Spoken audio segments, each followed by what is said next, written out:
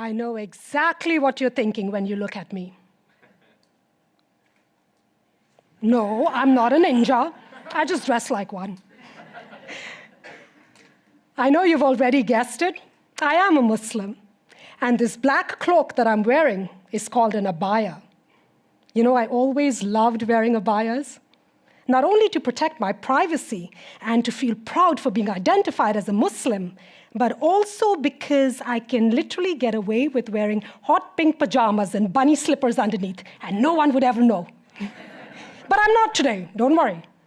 Yeah, I'm actually wearing these sassy stilettos with hot pink pajamas. But you know, 2008 was actually the last time I wore an abaya in public. Now, I remember that summer, I had gone grocery shopping with my 2 boys, my then 3-year-old Jibril and my 3-month-old Idris. Now, I had just parked my car in the parking lot when suddenly I see this tall, blonde woman charging towards me and shouting, "I can see your disgusting dress touching my car. Get away from my car, you effing terrorist!" Her car was parked right next to mine.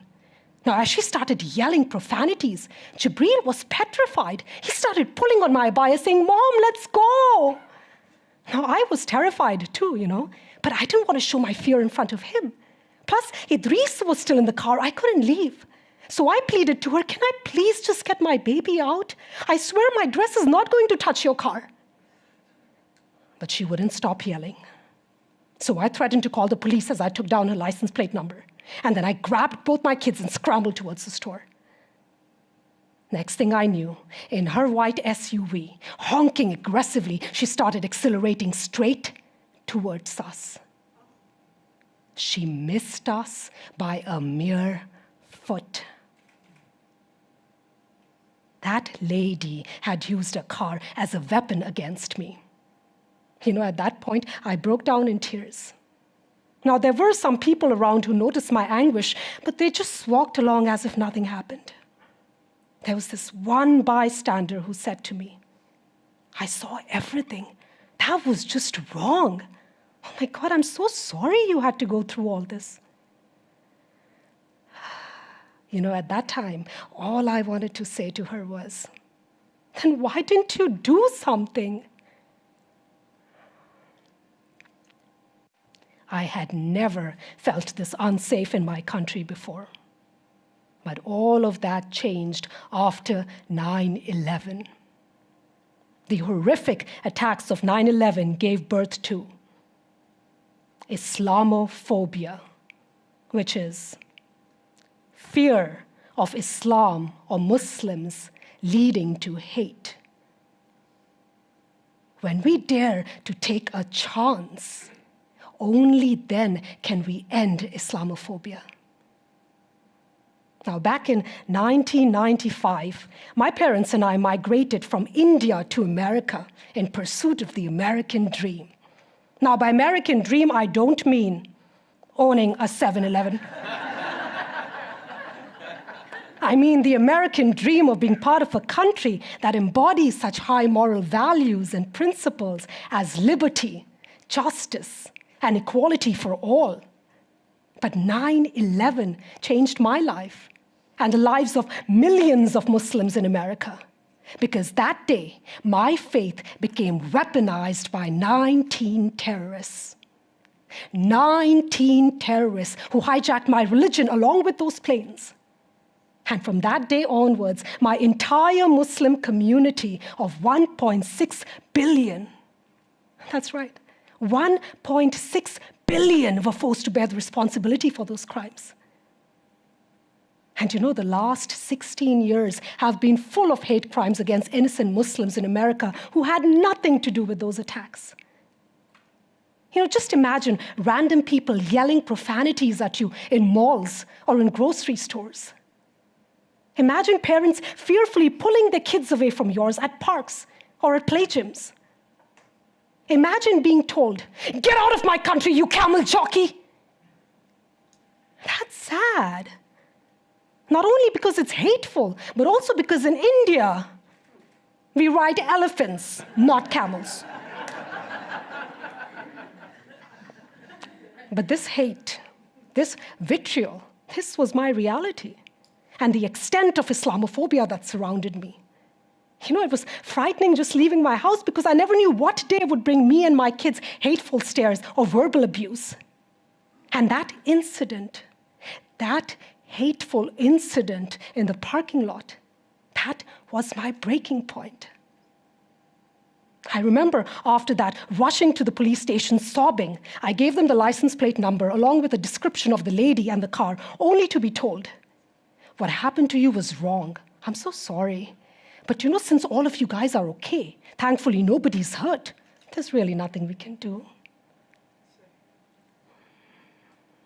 That's when I realized that those who are meant to protect us all can't protect me.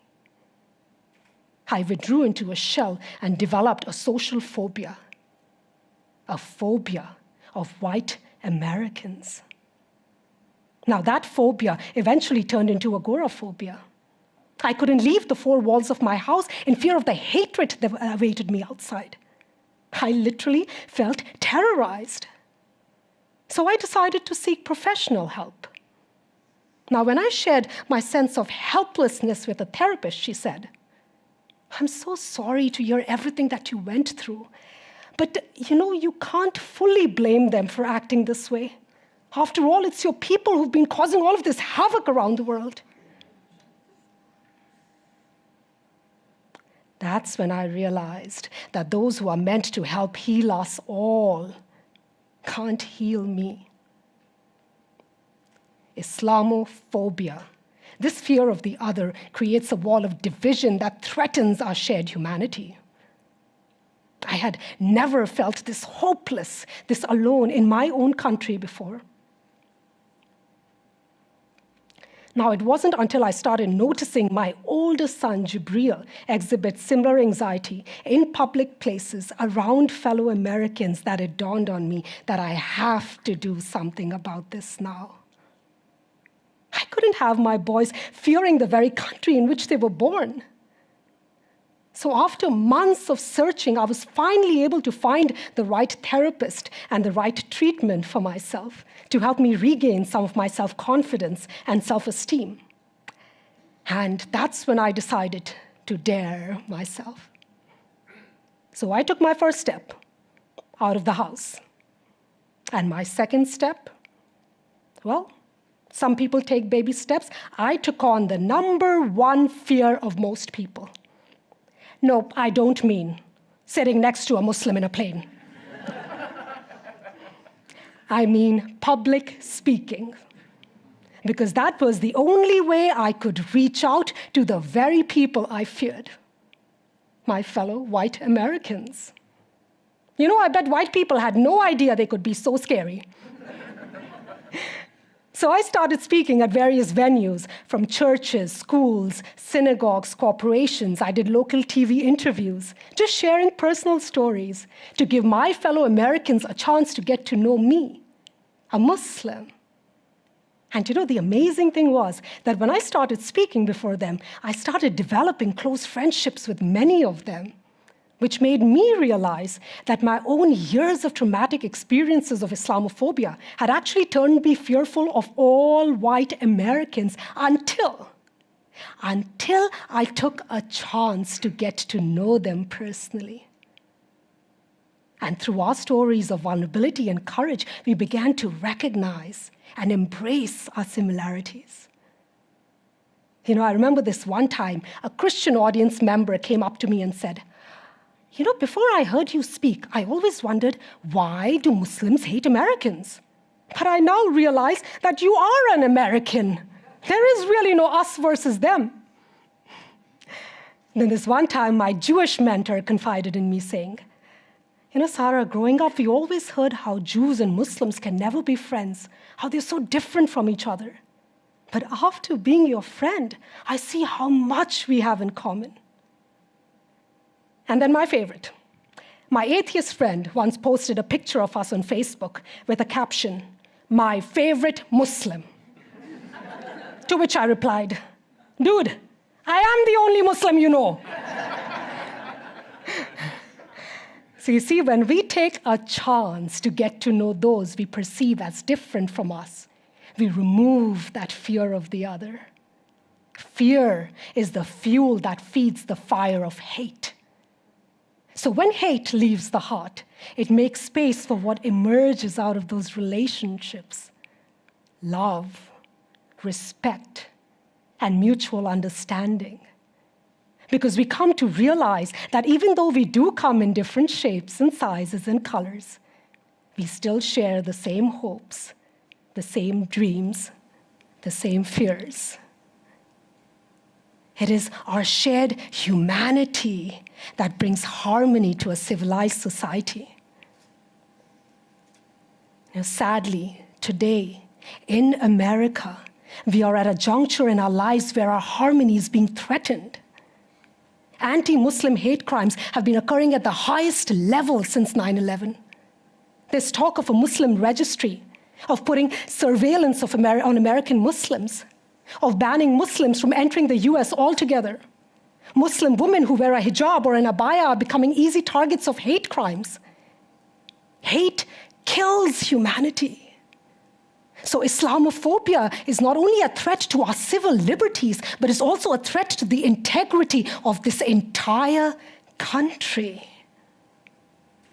I ask you all to dig back into your past, your stories from generations ago. Apart from Native Americans, we are all immigrants here, isn't it?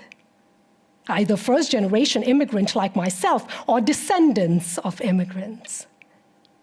So it's the values and the principles of liberty, justice, and equality for all that brought the best and the brightest minds to this nation to make it one of the best nations of all. So when those values and principles are being threatened because of Islamophobia, then it is our moral responsibility to not only stop the perpetuation of hate, but also to reach out to the victims of it. So you might ask, what can we do to help change this phenomena? Well, I ask you to take a chance to get to know your Muslim neighbor, your kid's Muslim classmate, your Muslim doctor, your Muslim lawyer, or even your Muslim Uber driver.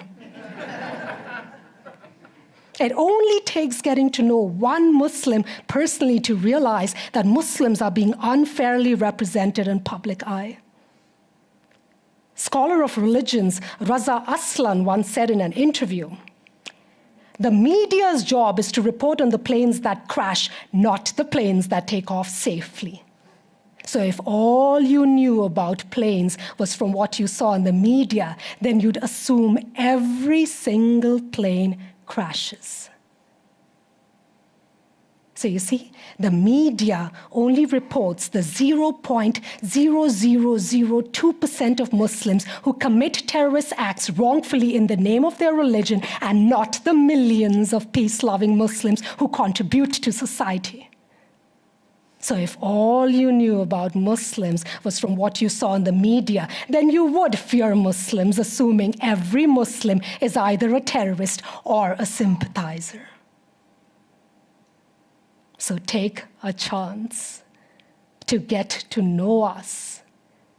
And if you ever see a Muslim being harassed, please don't be a bystander. If you can't intervene, just reach out to them.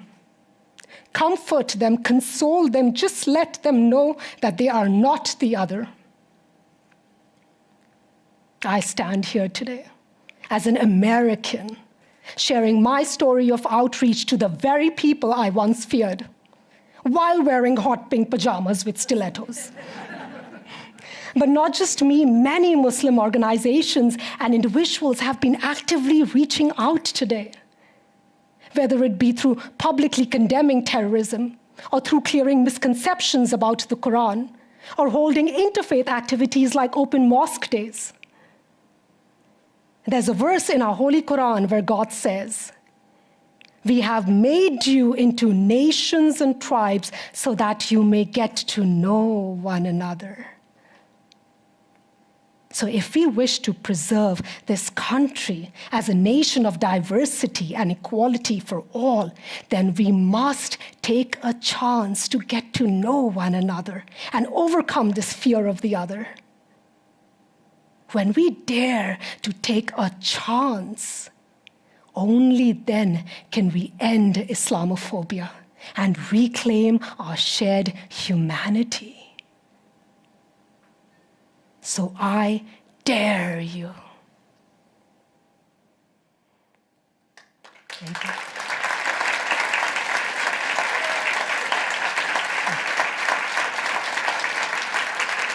Thank you.